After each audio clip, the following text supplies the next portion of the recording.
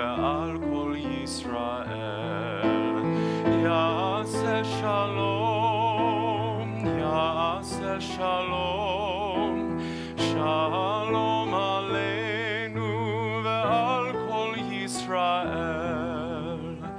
יעשה שלום, יעשה שלום, שלום עלינו ועל כל ישראל.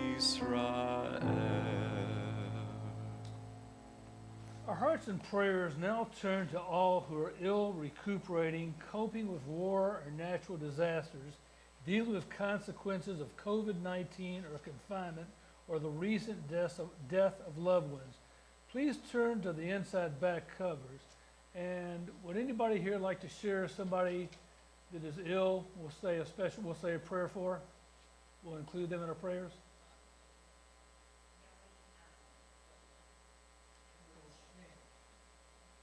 And I'm also going to add Caroline Evensky.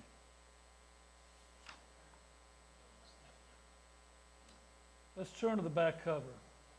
Oh God, in our hearts, we name those who are facing illness and pain. We join our prayers with the prayers of all who love them. Give them renewed comfort and courage. Strengthen in them the healing powers you have placed with us all. Guide the hands and hearts of those who are entrusted with their care. May the knowledge of your love and ours give added hope to them and to their dear ones. May they find even greater strength because our prayers are linked to theirs. Baruch atah Adonai, Rofei Haolam. Praise you, eternal God, the source of healing and health. On behalf of our military police, firefighters, EMT, doctors, nurses, and veterans, Mishaberach Avatanu V. Amatanu. May the one who blessed and protected our ancestors guard all those who have been entrusted with the responsibility of defending our freedom, protecting us, or healing us in this country, in the land of Israel, and everywhere they have been called. Give them courage to succeed in strength. May they return home, and let us say, Amen. I'm going to say a prayer for the folks in Ukraine. Holy One, source of strength, war has begun and innocent people are dying. We ask your protection for Ukraine and its citizens. We pray for their safety and the security of the country. May this terrible war be diffused swiftly with minimum casualties.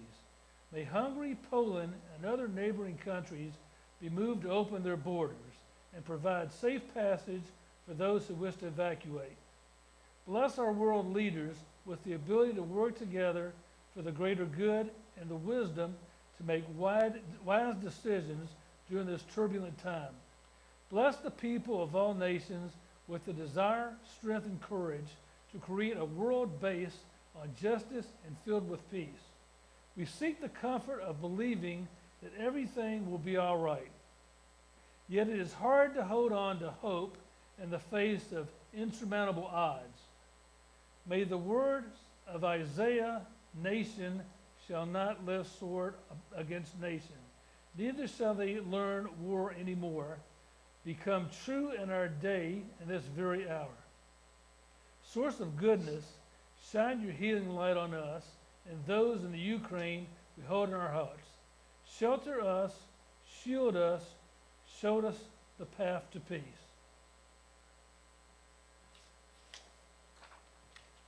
And now I'm going to give you a few words of inspiration. We'll try to.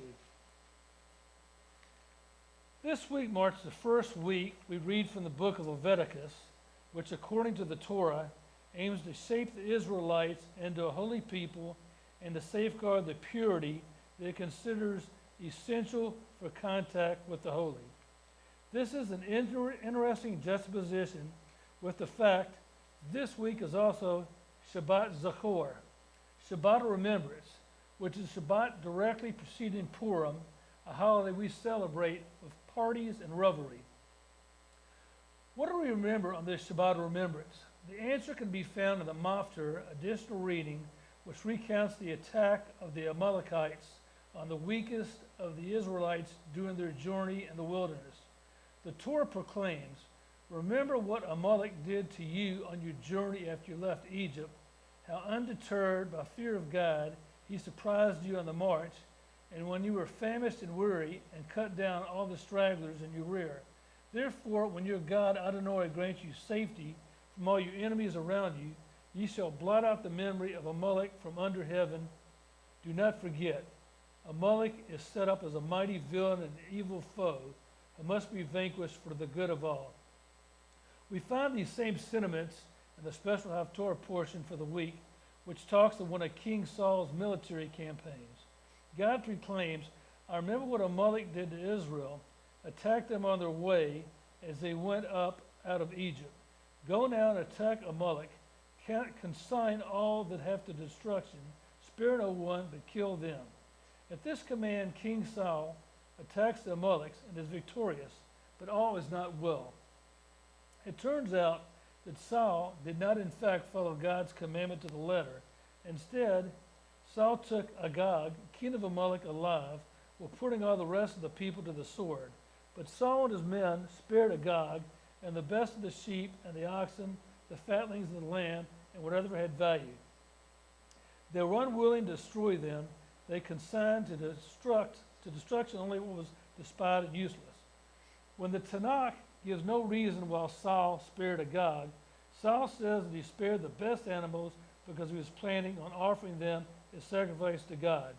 However, when pressed, Saul eventually admits that he spared the good stuff because he caved to peer pressure. The soldiers wanted the spoils of war.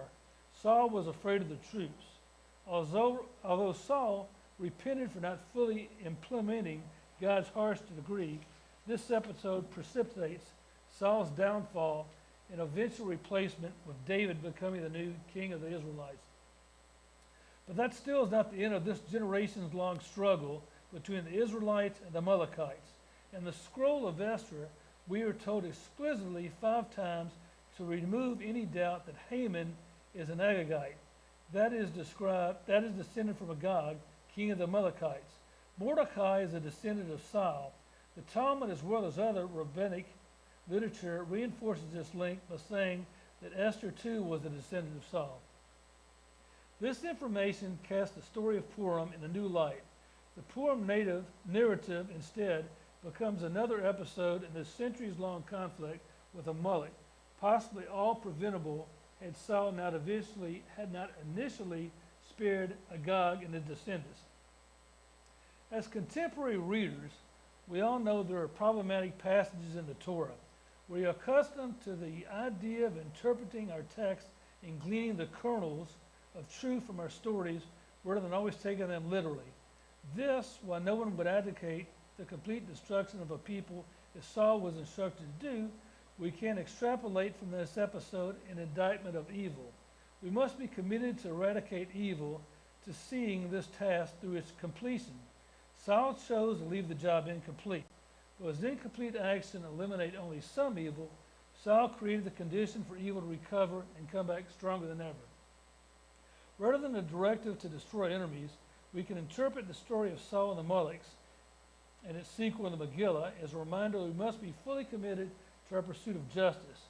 We must stop all evil where it is in whatever forms it takes. We must stand up for ourselves and for our neighbors when those with evil intent would do us harm. I'm not trying to get political, but this certainly sounds a lot like we're talking about Russia. We can fight evil in many ways: how we choose to spend our money, what causes we donate to, what we tell our children, where we go, what forms of entertainment we patronize, who we support, when and where we demonstrate and protest. Those are always ways we engage in the social and economic combat of evil in our modern age. But just like Saul, we need to be wary of leaving our task half done.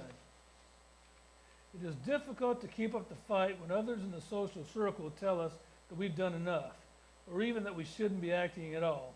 We need to be wary of making excuses that the job is too difficult, or we're too busy or powerless. If we avoid taking action, we run the risk of the same pitfall that Saul felt. that Saul fell into, allowing evil the opportunity to make a comeback. It is our obligation to be vigilant. We do not want to shift the burden to our descendants. We must all do what we can in our own day to make this world a better place.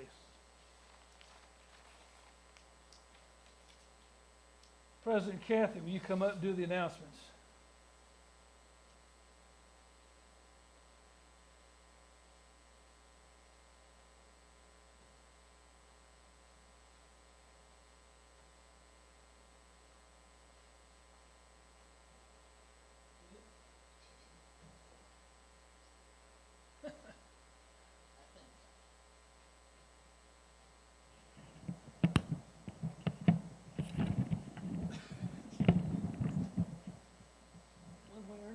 I'm sorry.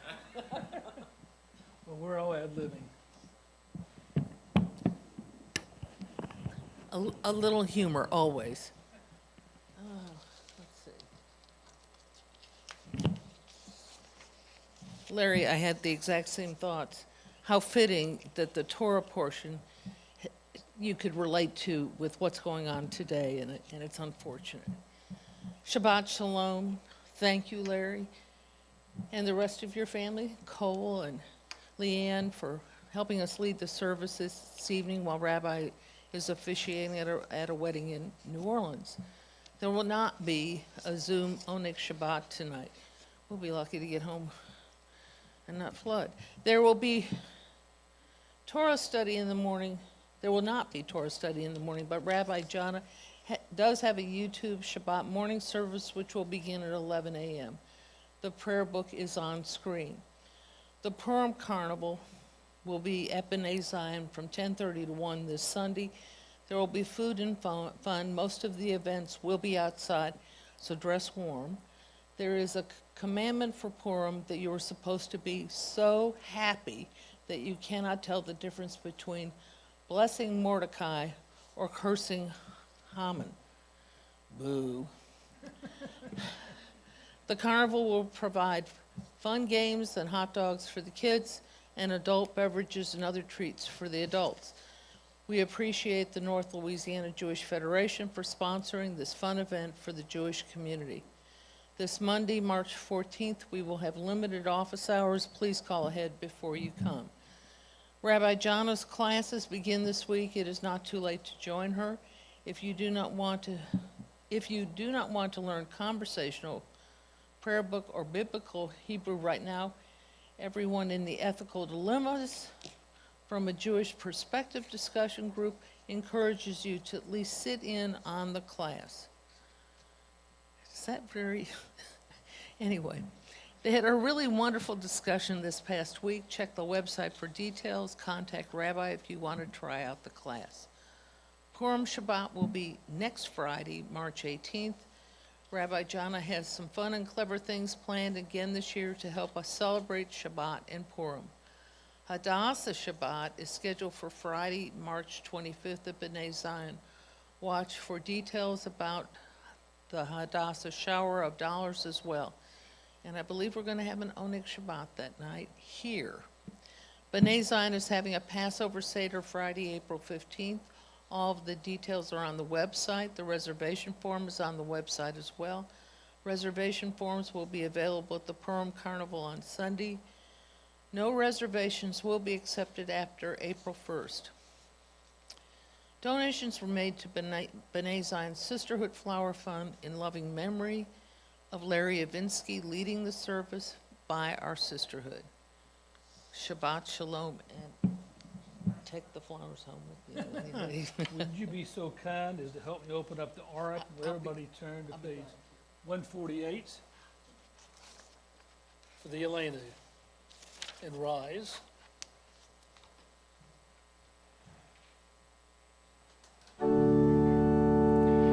עלינו לשבח לאדון הכל, לתת גדולה ליוצר בראשית, שלא עשנו כגויי הארצות, ולא שמנו כמשפחות האדמה, שלא שם חלקנו כהם, וגורלנו ככל המונם, ואנחנו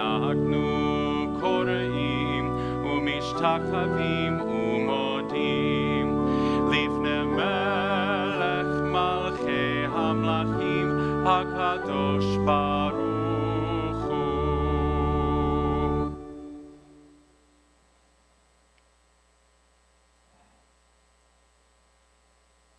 You spread out the heavens and establish the earth. You are our God, and there's none else. In truth, you alone are our sovereign God, as is written. Know then this day, and take it to heart, the Eternal One is God, and the heavens above and on the earth below, there is none else. Eternal God, we face the morrow with hope made stronger by the vision of your deliverance, a world where poverty and war are banished, where injustice and hate are gone. Teach us more and more to respond to the pain of others, to heed your call for justice, that we may bring nearer the day when all the world shall be one. On that day, the age-old dream shall come true. On that day, O God, you shall be one, and your name shall be one. V'ne'emar v'haya Adonai lemelech al kol haaretz, bayom hahu yeh Adonai echad, u'shemo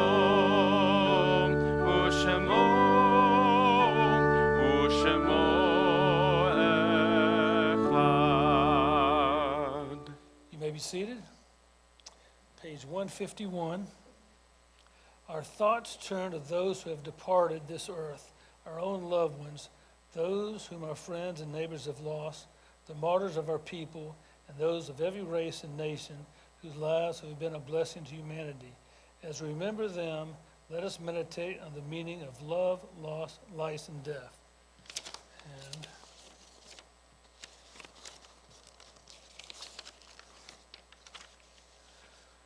we remember those whose yahrzeit observed during this past week: Carol Birchfield, Mabel Frank Bodenheimer, Marion Burstein, Samuel Dreyfus, Henry Elaine Dreyfus, Sarah A. Greenberg, Julius S. Kahn, Sadie Katz, Charles Lipo, Nan Levy, Ray E. Levy, Pauline Epson, Solomon L. Meyer, David Miller, Dora Maurerman, Hugo Nagy, Peggy W. Owens, Benjamin Ramback, Hilda W. Roth, Bernice Kresman Schuolf, Bernard Segal, Hilary Sandhouse, Henry Sarah Wiseman, and Hannah Cohen Weiss.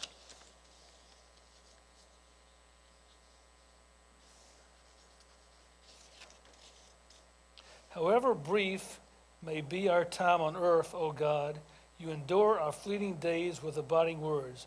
We now recall the loved ones whose deaths were taken from us, and as we remember those who died this season, years past, we thank them in our hearts with our own in this moment of memory.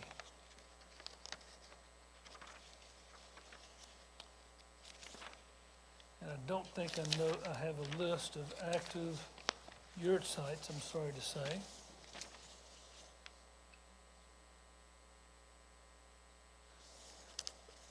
Let's turn to page 154 for the Kaddish, if you'll please rise.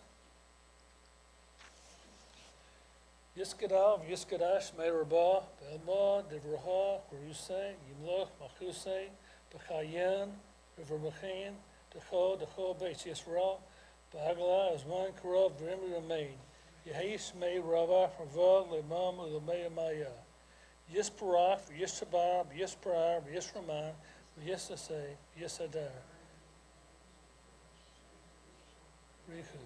La'ilamin ka bracha sheta tisparasa v'nechamasa demem lima v'im romein. Yehi sama rabba miyan chayim aleni v'yako Yisrael v'im romein. Osha shalom b'rama hu yasa shalom aleni oko Yisrael v'im romein.